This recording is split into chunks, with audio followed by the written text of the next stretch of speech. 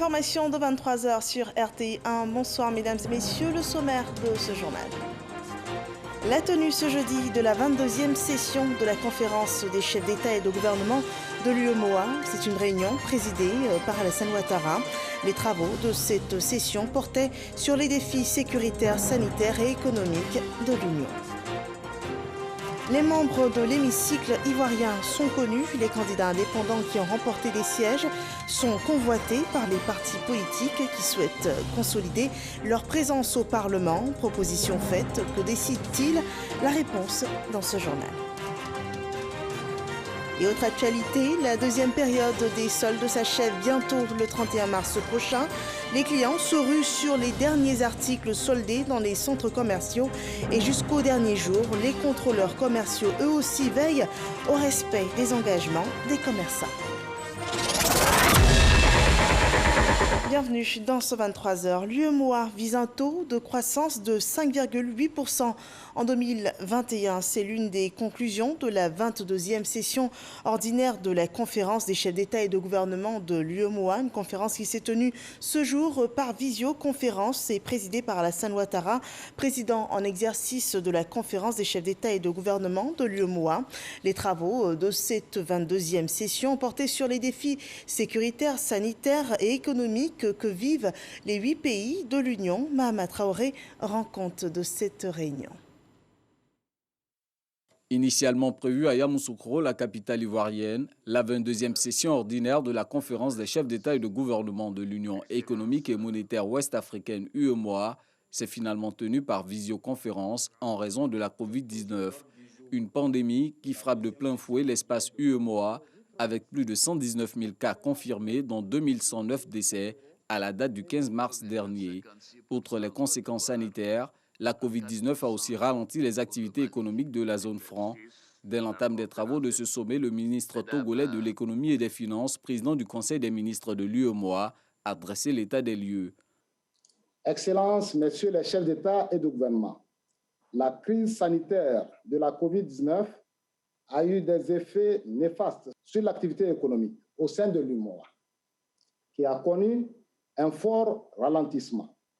Le taux de croissance du PIB, initialement attendu à 6,6% en 2020, est ressorti à 0,9% en raison de la baisse générale de l'activité, en particulier dans les secteurs de manufacture, du tourisme, de l'hôtellerie et de la restauration. Le niveau général des prix a progressé de 2,1% en 2020, après une baisse de 0,7% en 2019, sous l'effet du renchérissement des denrées de grande consommation, consécutif aux difficultés d'approvisionnement des marchés. Au niveau des finances publiques, le déficit budgétaire s'est aggravé de 3,4 points de pourcentage du PIB pour s'établir à 5,8% en 2020, en raison de la forte progression des dépenses, notamment celles enregistrées par la riposte contre la pandémie dans un contexte de quasi-stagnation des recettes. Le chaos a pu être évité grâce aux différents plans de soutien et de relance engagés par les gouvernements des États membres. L'appui de la Banque centrale et des institutions financières de l'Union a également facilité la mobilisation de plus de 1172 milliards de francs CFA sur les marchés financiers régionaux. Avec le début des campagnes de vaccination contre la Covid-19, l'espoir d'une reprise économique est permis au sein des pays de l'UEMOA. Les perspectives pour l'année 2021 laissent entrevoir une reprise de l'activité économique dans l'Union avec un taux de croissance estimé à 5,8% en lien avec la mise en œuvre des plans de riposte et de relance dans tous les États membres. À cet égard, des mesures vigoureuses sont engagées par les organes et institutions communautaires pour soutenir et accompagner les efforts des États. Dans ce cadre, la BCEAO, en concertation avec l'agence UEMOA Titres, a lancé les obligations de relance pour la mobilisation des ressources nécessaires au financement de ces plans. J'invite l'ensemble des partenaires techniques et financiers de l'Union à se mobiliser pour appuyer les États membres dans la mise en œuvre des plans de relance en vue d'un retour rapide à une croissance forte. Excellences, Messieurs les chefs d'État et de gouvernement, Mesdames et Messieurs, des progrès importants sont également notés dans le processus d'intégration de l'Union, notamment dans le domaine de la gestion macroéconomique, de l'approfondissement du marché commun, du renforcement des infrastructures et de la mise en œuvre des politiques sectorielles. C'est le lieu de féliciter et d'encourager les États membres de l'Union et de saluer la contribution efficace des organes et institutions communautaires à la mise en œuvre des réformes communautaires et à l'approfondissement du processus d'intégration de notre espace. Au terme des travaux de ce sommet, il a été décidé de la poursuite des efforts d'intégration sous-régionale et de l'accélération des campagnes de vaccination des populations contre la COVID-19. Les chefs d'État ont également fait le point de la situation sécuritaire de la zone UEMOA et défini un cadre institutionnel au renouvellement des organes, ce qui permettra à chaque pays membre d'être représenté dans les instances dirigeantes. Autre décision importante, le président du Faso, Roch-Marc Christian Kaboré, succède au président Alassane Ouattara à la tête de la conférence des chefs d'État et de gouvernement de l'UEMOA. Voilà, et cette session ordinaire a donc fait le tour des défis actuels des pays membres de l'UEMOA. De grandes décisions ont été prises. Je vous propose un extrait du communiqué final. La conférence, après avoir entendu le rapport des actions mises en œuvre par les organes et institutions de l'UEMOA en 2020 pour soutenir l'activité économique dans le contexte de cette pandémie, ainsi que des actions prévues pour l'année 2021, exprime toute sa satisfaction aux initiatives prises par les institutions communautaires pour soulager les populations vulnérables, soutenir l'économie, en particulier les petites et moyennes entreprises. Elle les exhorte à poursuivre dans cette voie. La conférence note avec satisfaction le rapport de la commission de l'UEMOA sur la situation de la COVID-19 de l'Union et adopte les principales recommandations relatives à la facilitation de la circulation transfrontalière des personnes et des biens. À cet égard, elle fixe à 5 jours, à compter de la date de prélèvement de l'échantillon, la durée de validité des tests de dépistage à l'entrée et au départ des aéroports des États membres. La conférence décide de la reconnaissance mutuelle des résultats des tests COVID réalisés par les structures nationales habilitées. Elle fixe à 25 000 francs CFA le coût du test de dépistage de la COVID-19 pour les voyageurs utilisant le transport aérien à compter du 1er mai 2021. La conférence encourage la réouverture progressive des frontières terrestres dans le respect des exigences sanitaires requises. En temps opportun, le coût du test de dépistage de la COVID-19 sera fixé à 5 000 francs CFA pour les voyageurs utilisant les voies terrestres.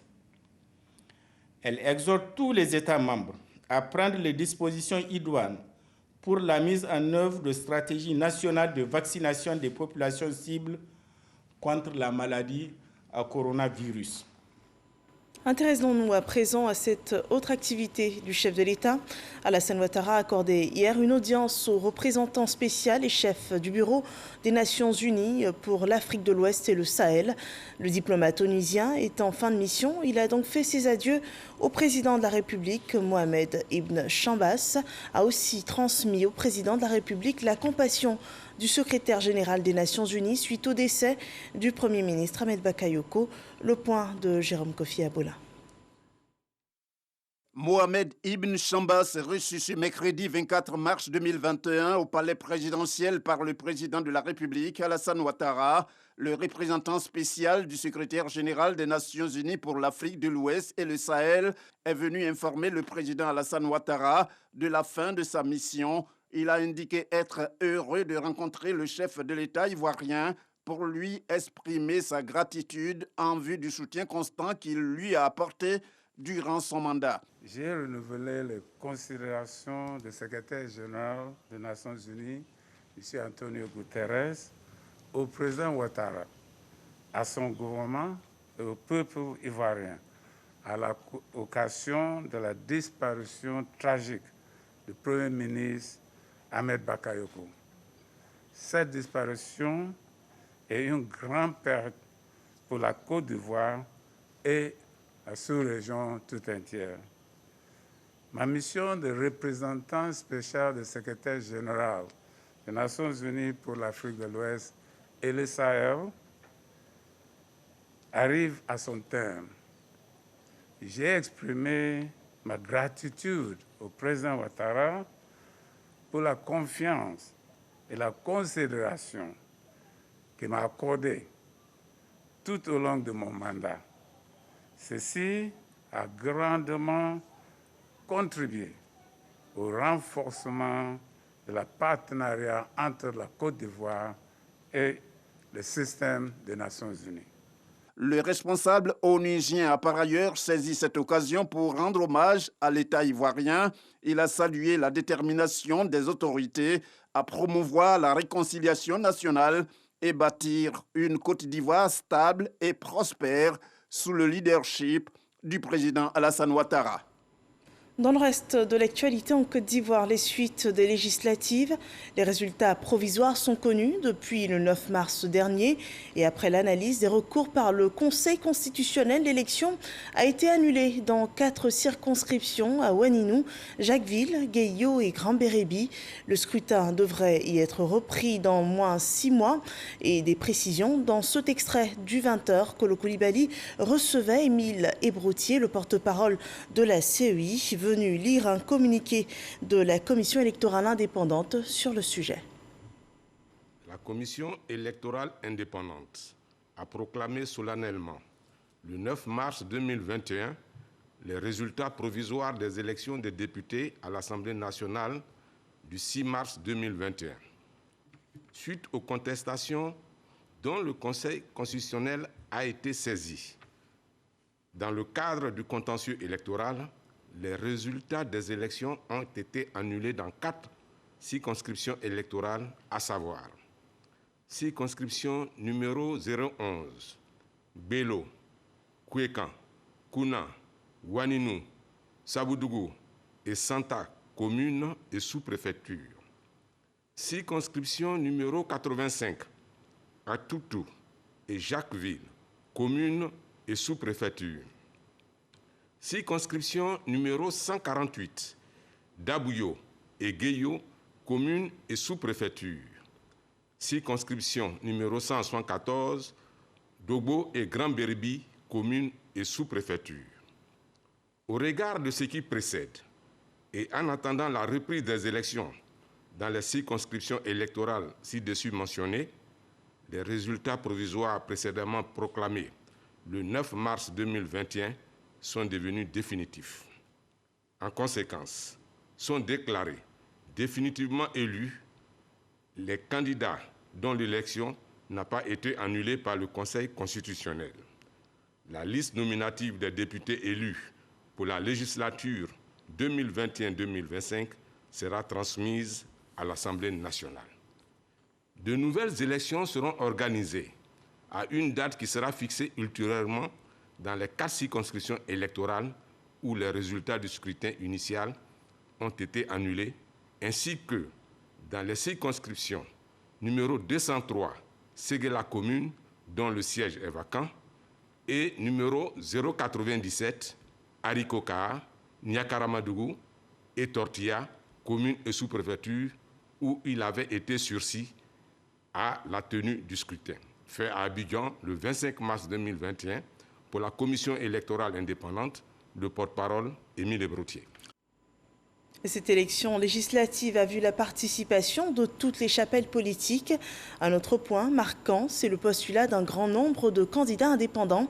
26 d'entre eux ont pu être élus le 6 mars dernier. Ces indépendants sont l'objet de convoitises des partis politiques qui souhaitent renforcer leur présence au Parlement.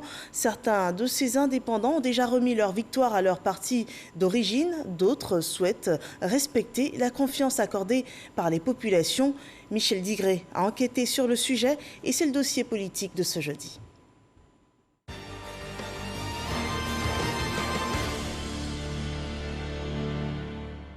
Nous sommes au lendemain des législatives 2021. Après la proclamation des résultats provisoires par la CEI, chaque état-major a sorti sa calculatrice pour les décomptes. Ces résultats montrent bien la suprématie du RHDP sur les autres partis politiques. Vous allez voir que sur toute l'étendue du territoire national, nous sommes présents. Le RHDP rafle 137 sièges sur 255. La coalition PDCI-EDS remporte, elle, 50 sièges. Il est vrai que le parti au pouvoir a la majorité, mais on est heureux parce que Yopougon est tombé. Et ça fait plaisir. Le PDCI-RDA seul obtient 23 sièges, EDS 8 sièges, le Front populaire ivoirien 2 sièges. Pour la plateforme dirigée par l'UDPCI, Albert Mabritoakeus dresse le bilan. En ce qui nous concerne à l'UDPCI, je pense que nous avons récupéré notre bastion. Nous avons présenté 9 candidats au niveau du Tampi. Nous avons réussi à faire passer 8. Donc je suis satisfait. Les indépendants, dont certains n'avaient pas été retenus par leur parti d'origine, arrivent en 3e position avec 26 sièges. Toutes ces frustrations-là, c'est évidemment vous conduisent à prendre des décisions sur votre destin vous-même. Et en ce qui me concerne, je suis obligé de prendre mon destin à bras-le-corps, avec beaucoup de courage, avec beaucoup d'abnégation. Et Dieu faisant grâce, les populations qui n'aiment pas du tout l'injustice ont décidé de porter le choix sur ma personne. Et je ne peux que dire merci à toute la population du Diovelin, toute la population de la Yabé, et dire que je suis tout simplement à leur disposition. Je suis président d'un parti politique, le Mouvement pour la démocratie et la justice, mais j'ai décidé avec mon staff d'aller à cette élection-là en tant que candidat indépendant. C'était donc une stratégie pour nous, pour ratisser l'âge, parce qu'on était en face de 3 grands partis politiques, le PDCI, le FPI, Tendance Laurent Gbagbo, le RHDP. On voulait simplement se démarquer de ces partis politiques-là, se présenter en tant que candidat indépendant. Et je pense que nous avons bien fait de le faire parce que nous avons gagné à ce titre-là les élections. Avec 70 sièges en 2016, après la proclamation faite par la CEI, les indépendants en 2021 ne sont que 26. Qu'est-ce qui explique cette régression? Déjà en 2016, vous avez les partis politiques pro-Gbagbo qui n'étaient pas candidats. En plus, le RHDP étant allé en RHDP aux élections, les choix des candidatures étaient plus complexes et plus compliqués. Parce que quand vous avez 2 gros partis qui se mettent ensemble pour choisir, naturellement, quand c'est un candidat PDCI qui est choisi dans une zone, le candidat RDA d'alors pourrait estimer qu'il était fort et qu'il pouvait se présenter. Et ce qui a justifié qu'on avait beaucoup d'indépendants. Et le constat était clair, la plupart de ces indépendants ont rejoint rapidement leur parti politique d'origine parce que c'était juste des frustrations qui les avaient envoyés à être candidats. Aujourd'hui, ces partis sont allés séparément, donc chacun s'est retrouvé dans sa chapelle, chacun allait défendre sa chapelle. Et comme vous le constatez, c'est les partis politiques qui ont remporté la majorité. Et la plupart des gens qui ont été élus indépendants aujourd'hui sont des indépendants, pour moi, qui ont voulu vraiment aller en indépendant et qui peut-être vont nous aider à porter cette 3e voie au niveau de l'Assemblée nationale. Une 3e voie à l'hémicycle par la création d'un groupe parlementaire avec au moins 8 députés. Ce vœu de Kébé Mamadou va-t-il se réaliser vu que le mercato pour le recrutement des indépendants est déjà ouvert? Une semaine après notre élection, on a été approché par des groupements politiques. Nous sommes en train d'analyser les différentes propositions qui rentrent dans la ligne droite de notre idéologie. Et après, nous allons décider. mais nous sommes très avancés avec quelques groupes parlementaires. Et donc d'ici 2 jours, 3 jours, vous aurez notre décision finale. J'ai reçu des coups de fil de tous les camps, hein, pas forcément du parti au pouvoir, mais tous les partis politiques ont besoin que des gens qui sont indépendants se prononcent sur cette affaire de mercato, comme vous le dites, des députés là. Et donc, j'ai été clair. J'ai même un collègue maire qui m'a appelé la dernière fois, qui voulait avoir mon avis, qui lui est proche d'un parti. Je lui ai dit clairement que j'ai été élu sous la bannière indépendante. Les populations veulent qu'on change la façon de faire la politique. Elles veulent que des gens soient conformes à leur déclaration. Quand on a prononcé des propos, on a tenu des propos devant une population pendant une campagne électorale et qu'on a été élu sur cette base-là, il faut continuer à respecter ça. Il ne faut pas trahir les gens.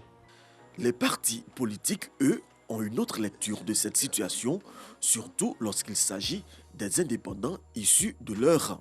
Le souhait de tout parti politique, c'est de voir ces militants aller en rang serré pour soutenir les candidats retenus. Mais tout comme aussi les partis politiques, il y a toujours des gens qui se désolidarisent des choix qui sont faits et qui décident d'aller en indépendant.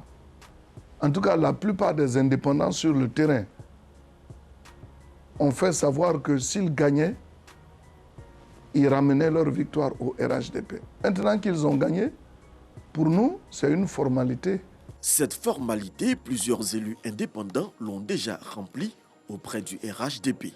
Écoutez, ça a été une décision rationnelle, une décision objective. J'ai jugé qu'il était important pour moi de m'associer à cette Côte d'Ivoire plurielle, solidaire, forte, de façon à ce que nous puissions entamer, pour ne pas dire consolider le développement qui est déjà en cours et l'entamer dans les 2 sous-préfectures que je représente, qui sont Timlécro et Anoumaba. Les indépendants sortis des entrailles du PDCI-RDA devront eux aussi opérer un choix. J'ai été élu par des populations, par une équipe qui m'a véritablement soutenu pour mener cette campagne-là. Si pas extraordinaire, j'ai des approches, effectivement, je me ferai fort de consulter cette base-là, de consulter les populations pour voir la conduite à tenir. Finalement, Jean-Michel Amankou a redéposé ses valises au PDCI-RDA le 15 mars dernier en remettant sa victoire au président de son parti, Henri Konan Bédié. Toutefois, d'autres indépendants, n'étant affiliés à aucun parti politique, entendent conserver leur statut. Dans notre vision, non, nous ne comptons pas nous affilier à un parti politique. Nous voulons rester cette 3e voie qui va parler pour tous les Ivoiriens qui ne se reconnaissent pas dans les partis politiques, qui va les écouter. La séance inaugurale de l'Assemblée nationale, prévue le 1er jour ouvrable du mois d'avril, permettra d'avoir une idée réelle de la nouvelle configuration de l'hémicycle. Voilà, c'était le dossier politique proposé par Michel Digré. Les élus indépendants sont à la croisée des chemins. Se rallieront-ils au grand parti politique? Eh bien, seul l'avenir nous le dira. Revenons sur ce deuil observé par la Côte d'Ivoire à la suite du décès du Premier ministre Ahmed Bakayoko. Une semaine après les obsèques, les Ivoiriens vivant à l'étranger et les représentations diplomatiques ivoiriennes rendent hommage à l'illustre disparu. À Abuja, au Nigeria, de nombreuses personnalités, dont le président de la commission de la CEDEAO, Jean-Claude Brou, et le ministre nigérian des Affaires étrangères, ont pris part aux cérémonies que rapporte Moussa Konaté. Ambassade de Côte d'Ivoire à Abuja, au Nigeria. Cérémonie d'hommage au Premier ministre Ahmed Bakayoko. Un moment de recueillement auquel ont pris part de nombreuses personnalités diplomatiques, à savoir le représentant du ministre nigérian des Affaires étrangères, le président de la commission de la CEDEAO, l'Ivoirien Jean-Claude Brou, le vice-président de la Cour de justice de la CEDEAO, les membres du personnel de l'ambassade de Côte d'Ivoire et des représentants de la communauté ivoirienne. Tous ont salué la mémoire de ce grand homme d'État, le chef du gouvernement, Ahmed Bakayoko. Et la mémoire du défunt Premier ministre est toujours aussi vivante par ses hommages. À la résidence de Côte d'Ivoire à Alger, en République d'Algérie, les qualités et valeurs prônées par feu Ahmed Bakayoko ont été remémorées. Le point de Jean-Marc Odjadji. Hommage au défunt Premier ministre Ahmed Bakayoko à la résidence de Côte d'Ivoire à Alger. Ici, les représentants de la communauté ivoirienne et le personnel de l'ambassade, conduit par son Excellence Alphonse Vo Saï, ambassadeur de la Côte d'Ivoire en Algérie, lui dédie une journée pour louer ses services à la nation. Durant 2 jours, Saad Mandi, représentant du ministère algérien des Affaires étrangères, et Elisabeth Wolbers, ambassadeur de la République fédérale d'Allemagne, se sont succédés pour signer le livre des condoléances. Tous ont reconnu la dimension internationale de l'homme. Dans l'actualité en Côte d'Ivoire, la 2e période des soldes commerciales de l'année s'achèvera dans quelques jours. Les commerçants usent de tous les moyens pour écouler leur stock, des stratégies qui ne sont pas faites pour déplaire aux consommateurs qui se bousculent dans les centres commerciaux pour ne manquer aucun produit vendu à tarif accessible à tous. Et par derrière, les agents de contrôle du ministère du Commerce veillent au bon déroulement de cette 2e démarque. Lanciné Bakayoko. À quelques jours de la fin des soldes, l'effervescence est toujours présente dans les magasins. Virginie Thiomoko est une habituée de ces périodes de gros rabais, mais cette année est bien particulière. Cette année, j'ai fait assez d'achats, surtout dans différents magasins. Il y a de jolis vêtements et les soldes, il y en a de 70% même. Hein. Donc vraiment, j'en ai pris pour toute la famille. Comme Virginie, des centaines de clients ont suivi aujourd'hui la piste de bonnes affaires dans cet hypermarché situé dans la commune de Marcory. À côté de ce magasin de vêtements, des rayons pour matériel électroménager et surtout des bijoux à prix d'or. Par exemple, ces bracelets-là coûtent à 15 000. Mais aujourd'hui, à cause des soldes, on peut les revendre à 10 000. Ceux-là sont à transmission, les bracelets en argent. On peut les vendre jusqu'à 25 000 deniers, puis tout ça à cause des soldes. Mais protocole sanitaire oblige, il a fallu s'organiser pour attirer davantage de clients. On envoie des SMS, on communique même sur les réseaux sociaux. Et dit que l'année passée n'a pas été facile pour nous à cause de la Covid. Et cette année, beaucoup de la population ivoirienne a répondu. Quand les articles à prix 18 ne sont en plus soldés, il n'est plus question d'hésiter. Malgré l'euphorie, les règles doivent être respectées. Le ministre du Commerce a instruit tous ses services à l'effet de contrôler et de vérifier que ces opérations de solde se font dans la transparence et dans la régularité. Les clients sont aussi intéressés par les produits de quincaillerie et les matériaux de construction. Des produits souvent réputés hors de prix. C'est pourquoi ces soldes, un moment très attendu par Anne-Marie Tapé pour s'équiper. Chaque jour, elle fait au moins un tour dans ce magasin sur la route de Bingerville et n'hésite pas à acheter de nombreux articles pour sa famille. J'ai une grande maison, donc ça fait que j'ai profité en même temps, aménager tout en même temps. Là, je continue encore. Depuis que je sors de là, je viens à chaque fois. J'étais là hier, je reviens encore aujourd'hui. Quand je vois quelque chose qui me plaît, je reviens demain encore. Même si les cas sont de moins en moins nombreux, les clients ne sont pas à l'abri d'arnaques. Le contrôleur est obligé de lui-même procéder à des calculs. Parce que hier, par exemple, nous étions dans un magasin où c'était marqué 70%. Et l'article coûtait 19 000 francs. Et c'est marqué 19 000 francs, 70%, 9 000 francs. Tout de suite, j'ai dit non, je n'ai pas besoin de faire des calculs. 19 000 francs, 70%, ça peut être 9 000. Et c'est maintenant qu'ils vont me dire non, on s'est trompé. Mais est-ce qu'il s'est vraiment trompé? Donc c'est tous ces petits trucs-là, ces petits détails-là qui nous intéressent en fait quand nous sommes sur le terrain. Mais dans cette surface très colorée, les choses se passent dans les règles de l'art. Vous avez le prix après la solde et vous avez le prix avant la solde. Donc nous rentrons dans tous les détails pour que le client ait une idée claire de la solde. Quand les soldes permettent de faire de bonnes affaires, il ne reste plus qu'à siroter un succulent soda sur des airs forcément mélodieux. Voilà, il ne reste plus que quelques jours pour profiter de ces opportunités de bonnes affaires. Dans la commune de Port-Bouët, les populations n'ont pas à s'inquiéter. La fuite de pétrole brut observée la nuit de mardi à mercredi dernier a été maîtrisée par la CIR. Il s'agissait d'une fuite sur un pipeline qui a été rapidement maîtrisée. Le reportage de Jean-Luc Bangbo. C'est à la fin d'une opération de déchargement de navires de pétrole brut amarrés depuis le lundi 22 mars que la présence d'hydrocarbures a été observée à proximité du marché de nuit de Port-Bouët. Les équipes spécialisées de la Société ivoirienne de raffinage, CIR, ont été aussitôt mobilisées pour sécuriser la zone et circonscrire ce qui était en réalité une fuite d'hydrocarbures provenant d'un pipeline. Une réaction qui a permis d'éviter la propagation au sol. La société a également mis en place un système de surveillance et de sensibilisation des populations riveraines afin de garantir leur sécurité. Les opérations de nettoyage de la zone et de réparation du pipeline sont en cours. Elles devront s'achever ce vendredi 26 mars. Ce pipeline relie la bouée maritime à la raffinerie pour la réception du pétrole brut. Il est enterré, son tracé est repéré sur tout le parcours jusqu'à la Cire et fait l'objet d'une surveillance continue. Il n'y a donc pas de quoi s'alarmer dans la commune de Port-Bouët, mais l'alerte demeure face à la pandémie de coronavirus dans le pays.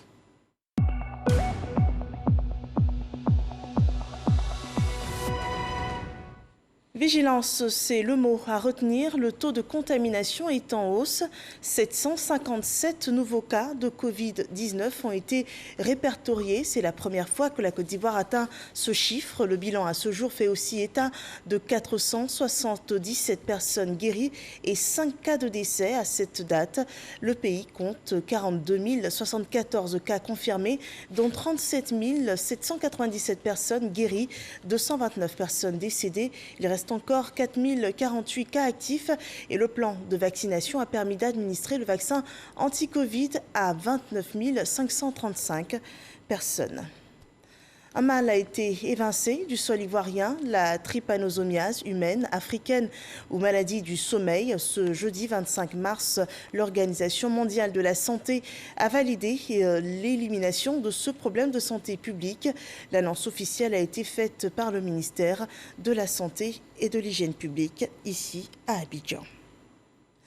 Les élections municipales et départementales ont une nouvelle fois été repoussées au Sénégal. Cela a été acté en Conseil des ministres ce jour. Ces élections locales devaient en principe se tenir avant le 28 mars. C'est le troisième report et aucune date n'a été fixée.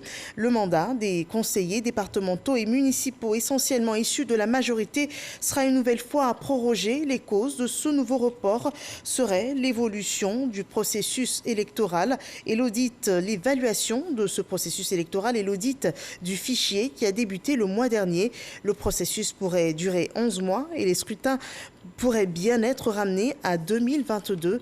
C'est une décision qui fâche l'opposition sénégalaise qui maintient sa position et exige la tenue des élections locales d'ici la fin de l'année 2021. C'est la fin de cette édition. Merci de nous avoir suivis. Bonne suite des programmes sur RTI1.